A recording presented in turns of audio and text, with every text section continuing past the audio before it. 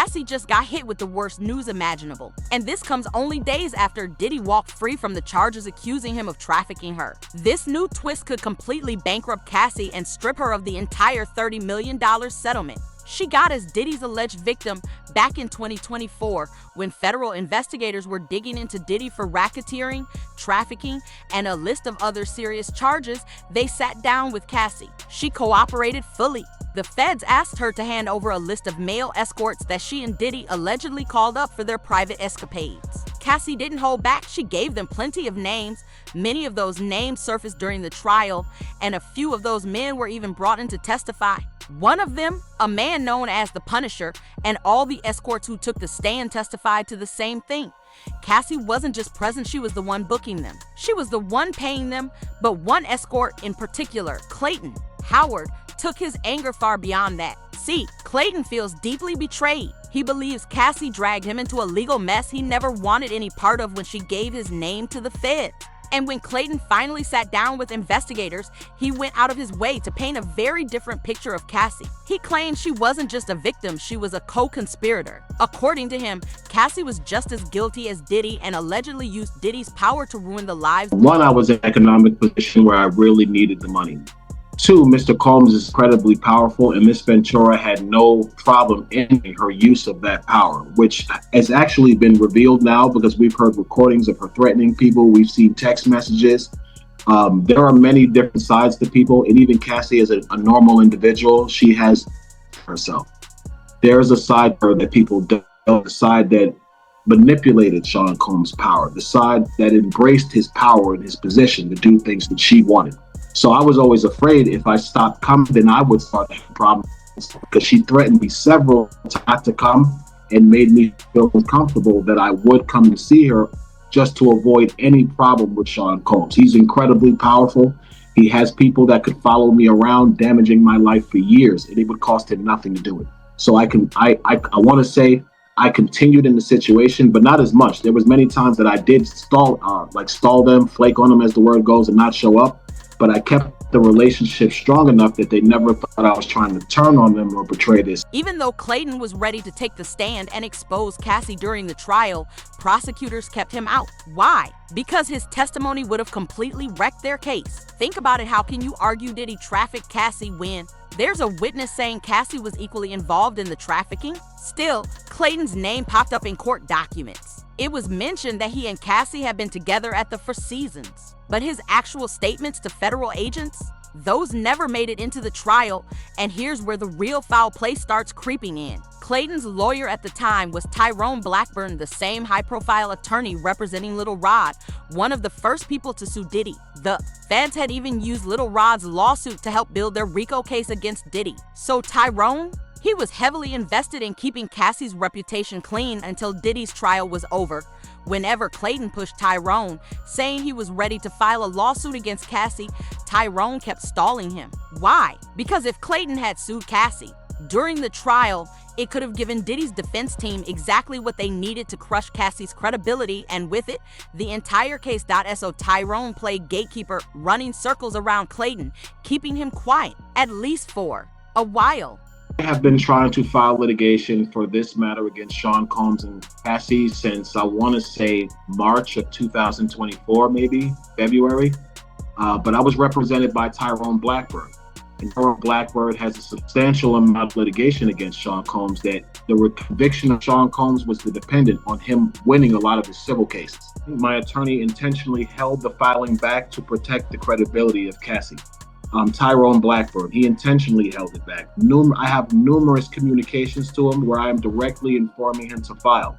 He would talk to the prosecutors and then he would duck me for weeks and not file the lawsuit. So this is why it was never filed. Tyrone Blackburn wasn't just representing Clayton, he was also the attorney for Lil Rod and several others tied to lawsuits against Diddy. Now here's where it gets messy. The feds were pressuring Tyrone to keep Clayton from filing any litigation against Cassie while Diddy's trial was still ongoing.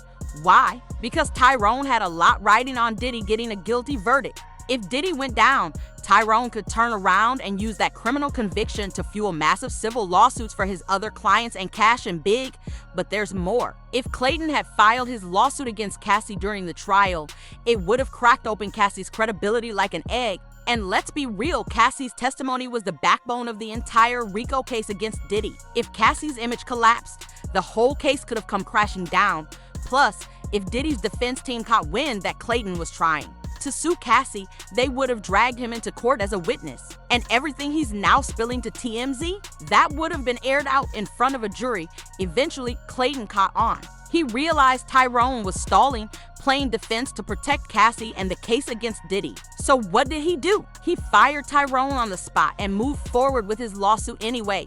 And here's where things really start heating up. Clayton's lawsuit, filed under the Adult Survivors Act and the Trafficking Victims Protection Reauthorization Act, names both Diddy and Cassie as co-conspirators. This could spell serious trouble for Cassie. Now, here's where things get really dangerous. For Cassie, under the law, victims of human trafficking have the right to sue those directly responsible for their exploitation. But here's the twist. Back in 2008, the law was expanded. It now allows trafficking survivors to go after anyone who knowingly benefited financially or otherwise from the trafficking crimes committed against them, and that includes people who paid for or even received favors tied to those commercial acts. So even if the courts decide Cassie wasn't directly responsible for trafficking Clayton, they could still hold her accountable simply because she allegedly benefited from it. Diddy may have walked out of criminal court a free man, cleared of trafficking Cassie. But here's the kicker: the court didn't exactly paint Cassie as an innocent bystander. In fact, she was listed as an equal participant in all of this.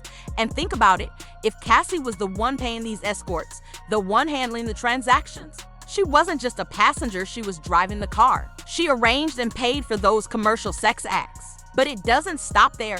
Even if people don't want to believe she paid for it all, there's no denying Cassie benefited massively. She admitted in court that Diddy showered her with rewards, lavish gifts, luxury trips, cars, even a home. There was a $500,000 shopping spree at Chanel, exotic vacations, endless perks, all tied to her role in these so-called freak-offs. So, yeah, whether directly or indirectly, Cassie's hands aren't clean. And now, with $30 million in her pocket as the publicized payout for being Diddy's victim, there's a long line of people eyeing that cash like hungry wolves. Clayton Howard is just the first to step up. But trust me, if he wins, it's over for Cassie. Hundreds of men allegedly involved in these wild sessions could come crawling out of the woodwork. If one sues, the floodgates open. The whole village will come knocking for a piece of that pie. And guess what? I got my hands on Clayton Howard's lawsuit. Let's break down exactly what accusations he's leveling against Cassie. Clayton's lawsuit is explosive. He's accusing Cassie of trafficking him for commercial sex purposes, luring him in with promises of luxury gifts and favors. According to him, she didn't stop there. He claims Cassie transported him across state lines for extended sexual encounters and even held him for days at a time using coercion and fraud to keep him under her control. It gets darker. Clayton says Cassie would withhold his clothing and his phone, making sure he couldn't leave. This, he alleges, was all part of a calculated plan to trap him and force him into these prolonged encounters. If you closed your eyes while hearing all that, you'd probably think I was reading a lawsuit filed by Cassie against Diddy. But know this is Clayton's case against Cassie, and what he's accusing her of sounds eerily similar to what Cassie accused Diddy of. Clayton claims Cassie drugged and manipulated him and even admitted to it when he confronted her. According to his lawsuit, Cassie allegedly gave him powerful substances, including MDMA at triple the dose she took herself, to lower his inhibitions and make him easier to control. He says she later confessed to drugging him after one incident, left him confused, sick, and disoriented. On top of that, Cassie allegedly supplied him with ecstasy and marijuana during these encounters, keeping him awake and compliant so the exploitation could continue. Now, some people might argue wasn't Cassie just acting under Diddy's orders? Maybe she was simply doing what she had to do to keep Diddy happy. But here's the reality. If Diddy was running a criminal operation, anyone participating even under his direction shares responsibility.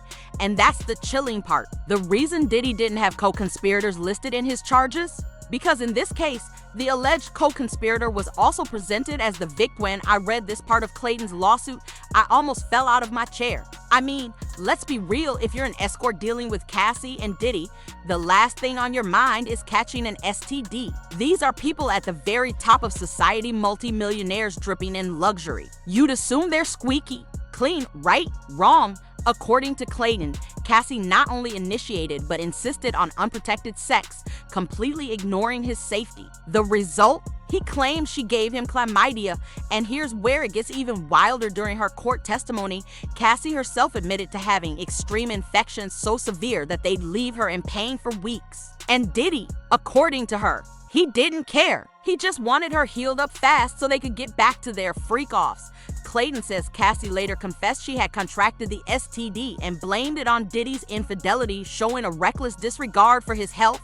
But hold up, it doesn't stop there. Clayton also alleges that he got Cassie pregnant, and without even informing him, she went ahead and terminated the pregnancy, only telling him about it later. Shockingly, even after all that, he claims she continued demanding unprotected encounters. Now, listen, bro, this is wild. You can't really sue someone for ending a pregnancy, especially not in the US, but yo, that just shows how reckless Cassie was when it came to her own choices. Like, you reckless, bro. Getting pregnant, no birth control? Bro, what's going on? I mean, if Diddy really had all these dudes doing their thing with you, bro, you think at the very least get your tubes tied or something. But nah, you're getting pregnant? STDs allegedly? Man, come on. And according to him, Cassie was secretly recording him in compromising situations without his consent. She and Diddy allegedly used those recordings for their own pleasure. When he confronted her, she brushed it off, even showing how much she enjoyed watching them. Total manipulation.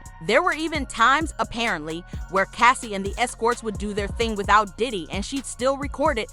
Then comes the deception. Under the alias Jackie Star, Ventura hid her true identity and pretended she and Diddy were married to lure Howard into sexual situations. In court, Cassie claimed Diddy forced her into these acts without protection. But this lawsuit, this is where things get crazy. Howard testified Cassie lied to Diddy about checking Clayton's STD results just to justify unprotected encounters and pressured Howard to go along, even when he objected. Now here's the kicker, Diddy's already convicted for transporting Cassie to participate in a freak-off, which violates the Mann Act. So if Cassie brought other guys for the same, didn't she violate the Mann Act too? A lot of people in this country, maybe most, see Cassie as a trafficking victim. She was definitely a victim of domestic violence. No doubt, we saw that. But many also think she was trafficked. So when Howard filed his lawsuit, those folks went hard at him. They doxed him, attacked him online, called him a bum.so. He dropped a video defending himself. Here's what he said, I'm.so. If Cassie truly did these things, whether for Diddy or on her own, it doesn't absolve her. She's still accountable. So good morning. I am Dave, the man who has just sued Cassandra Ventura for damages involved in the Sean Combs sex trafficking trial. And I'm looking through social media and I see a lot of the women out there, particularly black women like myself, who choose to victim shame me and try to do everything they can to discredit me, because the truth is that the loss of the Sean Combs trial was a loss to the Me Too movement and to hating women like the women who are trying to insult me. So let me tell you something, you women out there who would like to insult me. This is my story. I was paid by Cassie, Cassandra Ventura, for 8 years to be her male provider. I didn't have to be the best looking guy. I was the best in bed. And because I was the best in bed, guess what? I was given this arrangement. I was coerced. I was drugged. I was manipulated with promises of money and gifts for over a period of 8 years to continue to be this woman's provider at her expense and at the expense of Diddy. Now, at the time, legally, I didn't know my rights as well as I do now. I didn't create this conflict with Cassandra Ventura. She created it with me. She's the one who decided to bring up things that happened over 10 to 15 years ago to hold Sean Combs accountable for what was a partial truth. She's the person who introduced me to the U.S. Attorney's Office. She's the person who told the U.S. Attorney's Office about our relationship. So in essence, those out there who want to hate on me, who want to say that I'm attacking Cassie, you should realize the truth, that Cassandra Ventura, your idol, did this to herself. She exposed herself to liability when she got on the stand and decided to mention me as the male escort who was with her when she overdosed and Diddy made her have sex with him. That was a lie, people. Cassie had just woke up from sleeping 8 hours. Myself and Sean Combs were exhausted. We wanted to go home. Cassie's the one who forced that sexual encounter. People, she tells you that Sean Combs made her have sex on her menstrual cycle. I can't speak for anyone else but myself. But I know the one time that did happen, that Sean Combs was not responsible for that Cassie, in a drunken, intoxicated, hormonally imbalanced state due to her period, manipulated and forced herself on me during her menstrual cycle. And what I mean by that is I had no knowledge she was on her menstrual cycle because the room was completely dark.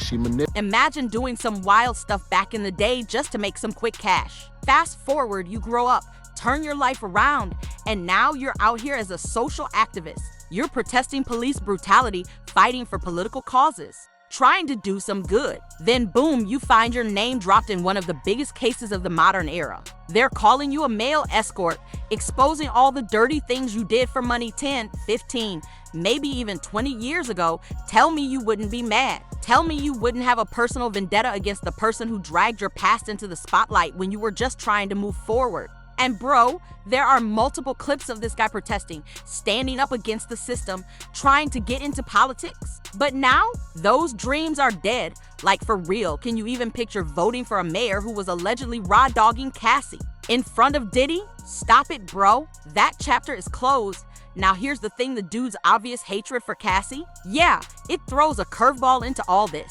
Having that much resentment could easily make someone exaggerate or add a little extra spice to their claims about Cassie and Diddy. But hey, I guess the truth will come out in court.so. Y'all tell me, what do you think? Is he being honest about Cassie? Does she really owe this man some serious cash?